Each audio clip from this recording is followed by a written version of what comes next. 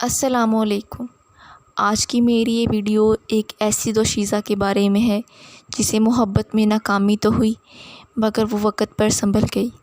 Video پسند آنے پر video کو لائک اور چینل کو سبسکرائب کر دیں اور بیل کے نوٹیفیکیشن کو پریس کر دیں تاکہ آنے والی تمام نئی اپڈیٹس آپ تک پہنچ سکیں۔ گھنگھور گھٹا سیاہ رات میں تسلسل سے برس رہی تھی۔ آسمان کے گویا یکلخت تمام ستارے ہی ٹوٹ کر برس رہے تھے۔ ٹوٹ کر گرتے موتی ٹپ ٹپ بوندوں کی صورت فضا میں خنکی لے آئے تھے۔ بنا پلک جھپکائے کھڑکی کے کھلے پٹ سے آتی ہواؤں میں نم آلود چہرہ لیے کسی مٹی کی مورت کی مانند وہ نہ جانے کب سے بارش کو برستے دیکھ رہی تھی۔ یوں ہی یادوں کی پوٹلی سے وقت کے گھڑیال نے کچھ ان گنت یادوں کے سنہرے لمحات ڈال دیے اور ماضی میں گم وہ رو رہی تھی۔ تاجور، مجھے بھی مہندی کا کوئی اچھا سا ڈیزائن بنا دو، سلمیٰ نے تاجور سے کہا تو وہ جو سب لڑکیوں کو مہندی لگا لگا کر اپنی دوہری ہوتی کمر کو ذرا ٹیک لگا کر سیدھا کرنے کو تھی، ایک دم اپنی جگہ پر پہلو بدل کر رہ گئی۔ اچھا لگا دیتی ہوں، وہ بمشکل لبوں پہ مسکان سجائے بولی تھی۔ ہماری تاجور کے تو ہاتھ میں جادو ہے، ہر فن مولا ہے ہماری تاجور، جو کام کہو جھٹ پٹ کر ڈالتی ہے، اسی لیے تو خاندان بھر میں تاجور کے چرچے ہیں۔ یہ رشتے کی دور پرے کی عزیزہ تھیں۔ یہ سن کر جہاں فرح بیگم کے چہرے پر طمانینت پھیلی تھی وہیں جیٹھانی نادیہ کے چہرے کے عضلات تن سے گئے۔ واؤ، کتنا پیارا ڈیزائن بنایا ہے تم نے، اچھا سا دلہا ملے، تمہیں دل سے دعا دی ہے دلہن نے۔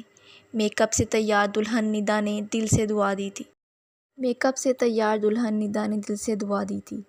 ندا کی دعا پر وہ جھیم سی گئی، اس کے چہرے پر دھنک کے رنگ بکھر گئے تھے۔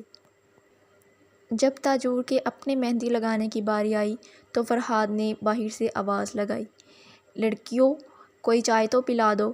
مردانے سے آتی فرحاد کی آواز رات کے اس پہر میں آئی تھی جب فنکشن اختتام پذیر ہو چکا تھا۔ وہ اکیلی واحد تھی جس کے ہاتھ مہندی سے نہ رچے تھے۔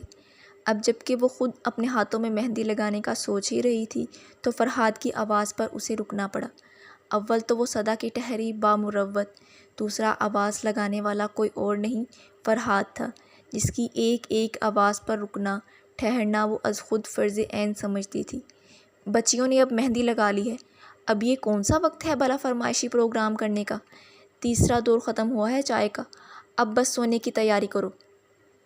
نادیہ بیگم نے اپنے اکلوتے بیٹے کو اچھا خاصا لیکچر پلا دیا، وہ جو دیوار کی اوٹ میں کھڑی ساری باتیں سن رہی تھی۔ او اماں، آپ بھی نہ ہر وقت ڈانٹنے کے در پہ رہتی ہیں، شور شرابے سے میرے سر میں شدید درد ہے، اس لیے کہہ رہا تھا، وہ ناگواری سے بولا تھا، لیکن نادیہ نے اس کی ایک بات بھی نہیں سنی۔ نادیہ بیگم کے جاتے ہی وہ خود چپکے سے کچن میں گھس گئی جہاں شکورن بیگم برتنوں کو دھو دھا کر ترتیب سے رکھ رہی تھیں۔ اس نے تیزی سے چولہے کی طرف قدم بڑھائے۔ وہ 2 کپ چائے بنا کر پلٹی جب اسے خیال آیا کہ نہ جانے فرحاد نے کچھ کھایا بھی ہوگا کہ نہیں۔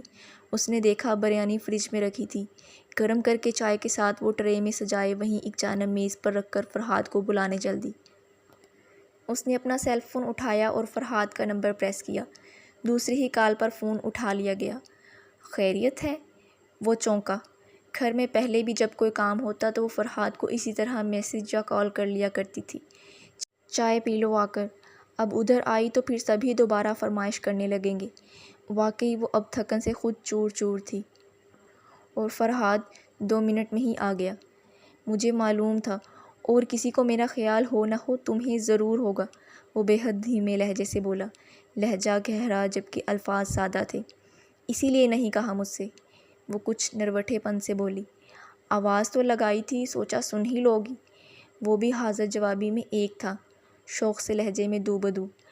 اچھا جی، وہ بس یہ کہہ کر رہ گئی۔ اسے فرحاد کی نگاہوں سے الجھن ہو رہی تھی، وہ بے حد گہری نگاہوں سے اسے دیکھنے لگا۔ تم نے مہندی نہیں لگائی؟ ہاں مہندی، وہ چونکی تھی۔ اس نے اچانک اپنے ہاتھوں کی طرف دیکھا۔ یہ کیا، نہ مہندی نہ چوڑیاں، تم جانتی ہو نا مجھے یہ دونوں چیزیں بہت پسند ہیں۔ خاموش رشتے کی ڈوری میں بندھا ایک اندیکھی انجانی محبت سے گوندا لہجہ محبت سے پر تھا۔ وہ اچانک بات کرتے کرتے رک سی گئی تھی۔ اس کی سرمئی آنکھیں اٹھی تھیں کچھ کہنے کو، مگر پھر حجاب آڑے آ گیا اور پھر جھکتی چلی گئیں۔ تاجور کو فرحاد کی چمکتی آنکھیں شعاعیں جیسی لگتی تھیں جو تاریکی کو تاراج کر کے روشنی کر دیتی۔ تاجور، جب تم مسکراتی ہو تو مجھے لگتا ہے میرا دل تمہاری آنکھوں کی مسکان میں دھڑکنے لگتا ہے۔ جانتی ہو، جب اداس لمحات میں من پسند کا ساتھ میسر ہو تو توجہ اور محبت کے انمول موتی اس کو دان کرنا چاہیے۔ وہ بے حد محبت سے سرگوشی کر رہا تھا۔ اس سے پہلے اس نے اتنے واشگاف لفظوں میں اپنی محبت کا اظہار نہ کیا تھا۔ شادی کے ہنگامے ختم ہوئے ہی تھے کہ گھر میں ایک نیا ہنگامہ اٹھ کھڑا ہوا۔ شادی میں تاجور نے محسوس تو کیا تھا کہ دو جگمگاتی نگاہیں اس کو مسلسل اپنے حصار میں کیے ہیں، لیکن وہ تو فرحاد کی محبت میں اتنی گم تھی کہ کسی اور شے کا ہوش بھی کہاں تھا۔ فاروق احمد اونچے گھرانے کا بچہ ہے، خوب کھاتے پیتے لوگ ہیں، میں نے تو اپنی طرف سے ہاں کر دی ہے، وہ لوگ آئیں گے کسی دن۔ ابا کے الفاظ تھے جو تاجور نے دروازے کی اوٹ سے سنے، کانوں میں گویا سیسا پگھلتا ہوا انڈیل دیا ہو۔ تبھی کہوں کہ صبا بیگم بار بار مجھ سے تاجور کے بارے میں کیوں پوچھ رہی تھیں؟ مگر تاجور کے ابا، وہ تو بہت امیر گھرانہ لگتا ہے۔ فرح بیگم کشمکش کا شکار تھیں، کسی فیصلہ کن نتیجے تک نہ پہنچ پا رہی تھیں۔ دیکھو نیک بخت، یہ تقدیر کا کھیل ہوتا ہے، تم کو تو اللہ کا شکر گزار ہونا چاہیے۔ میں کل دکان پر تھا جب فاروق خود ملنے آیا، اسے میں نے خود بلوایا تھا۔ اتنا امیر لڑکا، پڑھا لکھا باشعور بچہ ہے، اکڑ تکبر تو چھو کر نہیں گزرا۔ تاجور کے دل میں وسوسوں نے جنم لیا تھا۔ فرحاد کو کسی طرح معلوم ہونا چاہیے، مگر اسے کوئی موقع ہی نہ مل سکا۔ لیکن اس سے پہلے ہی فرحاد کو معلوم ہو گیا۔ یہ مٹھائی کون لایا ہے امی؟ برفی کا ٹکڑا سر شام منہ میں ڈالتے فرحاد نے پوچھا تھا۔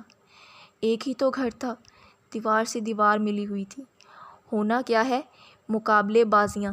اب تاجور کا رشتہ میری ندا سے بھی اونچے گھرانے میں طے کیا ہے انہوں نے۔ نادیہ نے تو ساری زندگی اپنی زبان پر پہرے نہ بٹھائے تھے، خواہ اس زبان سے کسی کا کلیجہ چھلنی ہوتا رہے۔ اب جب اسے بے حد خوبرو فاروق کو انہوں نے دیکھا، یہ جان کر کہ فاروق نے خود چاہت سے تاجور کا رشتہ طلب کیا ہے اور ہونے والی ساس بھی تاجور کو شادی کے موقع پر کام کاج کرتے پسند کر چکی ہے، تب سے وہ حسد اور جلن کا شکار تھیں۔ ان کا بس نہیں چل رہا تھا کس طرح اس رشتے میں روڑے اٹکائیں۔ فرحاد کا موڈ آف ہو چکا تھا اور وہ مٹھائی اس کے لیے زہر بن چکی تھی۔ تاجور، تم اس رشتے سے انکار کر دو، فرحاد کا میسیج اسے ملا تھا۔ تب سے وہ انگاروں پر لوٹ رہی تھی۔ آپ رشتہ مانگ لیں تو بات از خود ختم ہو جائے گی، اس نے جوابی میسیج کیا۔ میں اماں سے بات کروں گا، تم چاچی سے کہو کہ تم یہاں شادی نہیں کرنا چاہتی۔ وہ کشمکش کا شکار تھی۔ اس نے تو سنا تھا کہ محبت کرنے والے ہر مشکل کو خود پر سہ لیتے ہیں، پھر یہ تو گھر کا ہی معاملہ تھا۔ اگر ایک بار بھی فرحاد یا نادیہ بیگم اس کے لیے رشتہ بھیجتے تو تاجور کو پتہ تھا کہ ابا ہمیشہ اپنے ہی رشتوں کو ترجیح دیتے، مگر دوسری جانب سے ہنوز خاموشی چھائی ہوئی تھی۔ وہ دکھی تھی، فرحاد نے اسے کڑی آزمائش میں مبتلا کر دیا تھا۔ وہ درمیانی راہداری عبور کر کے فرحاد سے بات کرنے آئی تھی۔ اس نے سوچ لیا تھا کہ آج وہ ہر حال میں اماں سے صاف کہہ ڈالے گی کہ اسے فاروق سے شادی نہیں کرنا، لیکن جیسے ہی وہ فرحاد کے کمرے کے پاس پہنچی، اسے محسوس ہوا کہ فرحاد کسی سے بات کر رہا ہے۔ نیلی، تم جانتی ہو نا اماں اتنی جلدی میری شادی کے لیے کبھی نہیں مانیں گی۔ دوسری جانب سے شاید منت سماجت کی جا رہی تھی، دباؤ ڈالا جا رہا تھا۔ نیلی کون ہو سکتی ہے؟ یہ سوچ کر ہی کہ کوئی لڑکی فرحاد کے نام کے ساتھ اپنا نام جوڑے بیٹھی ہے، تاجور کی سانس رکنے لگی۔ اس کو لگ رہا تھا کہ اس کی آتی جاتی سانسوں کا تسلسل ٹوٹ رہا ہے، سب خواب ارمان ٹوٹ کر بکھر گئے تھے۔ بس ایک درد، ایک غم، ایک آہ لبوں سے نکلی۔ ارے تم پریشان نہ ہو، ایک بات سن لو، میں جب بھی شادی کروں گا صرف تم سے ہی کروں گا۔ فرحاد کا لہجہ محبت سے لبریز تھا، وہی لہجہ، وہی انداز جو اس نے ہمیشہ تاجور کے ساتھ رفع رکھا تھا۔ آج اس لہجے کی حقدار کوئی اور لڑکی بن چکی تھی۔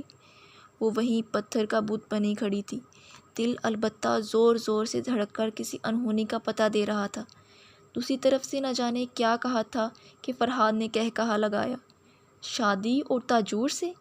تم نے سوچا بھی کیسے؟ وہ صرف میری کزن ہے۔ وضاحتی لہجہ اپنایا گیا تھا۔ تاجور کی آنکھ کا پانی آنسوں کی صورت بہنے لگا۔ وہ لوٹ جانا چاہتی تھی مگر قدم جیسے جم سے گئے۔ تم نے ضرور دیکھا ہوگا شادی میں بھی، مگر وہ خود ہی میرے آگے پیچھے گھومتی رہتی ہے۔ میں ہوں ہی اتنا ڈیشنگ۔ اس سے اوپر زیادہ اس میں سننے کی سکت نہ تھی، اس لیے وہ بنا آہٹ واپس لوٹ آئی تھی۔ دل بوجھل تھا، اپنے بستر پر ٹیک لگائے بیٹھی رہی۔ نہ جانے کتنی دیر بیٹھی رہی، جب فرح بیگم نے آ کر کمرے کی بتی جلائی۔ کیا بات ہے تاجور بیٹا، طبیعت تو ٹھیک ہے نا؟ اس کا فک چہرہ دیکھ کر فرح کو تشویش ہوئی۔ انہوں نے آگے بڑھ کر تاجور کا ماتھا چھونا چاہا، مگر تاجور تو بستر پر ہی ڈھہ گئی۔ بے ہوش نیم جان سے تاجور کو فرح نے گھورتے دیکھا۔ آنن فانن ہاسپٹل لے جایا گیا۔ تاجور کو نروس بریک ڈاؤن ہوا تھا۔ ڈاکٹرز کا کہنا تھا کہ تاجور کو کسی بات کا شدید جھٹکا لگا ہے۔ تاجور پورے 2 دن بعد ہوش میں آئی تھی۔ چپ چاپ لیٹی رہتی تھی، خاموش نگاہوں سے ماں کا روتا چہرہ، ابا کے جھکے کندھے دیکھتی۔ اسے پچھتاوے نے گھیر لیا تھا۔ شکر کہ گرنے سے پہلے ہی اس کے رب نے اسے تھام لیا، ورنہ بہت بڑا خسارہ ہو جاتا۔ فرح اس کے لیے یخنی بنا لائی تھیں۔ ابا فروٹ لا کر اس کے پاس بیٹھے تھے۔ یہ اس کے اپنے تھے، اس کی تکلیف میں درد محسوس کرنے والے۔ میری بچی کتنا کملا گئی ہے تاجور، تجھے کیا روگ لگ گیا ہے بیٹی؟ کیا تو اس رشتے سے خوش نہیں؟ اگر تو ناخوش ہے تو کہہ دے ہمیں، تیری خوشی سے بڑھ کر ہمیں کچھ پیارا نہیں ہے بیٹی۔ فرح نے اس کے ماتھے کے بال سہلاتے ہوئے بہت پیار سے کہا تھا۔ تاجور کا دل بھر آیا۔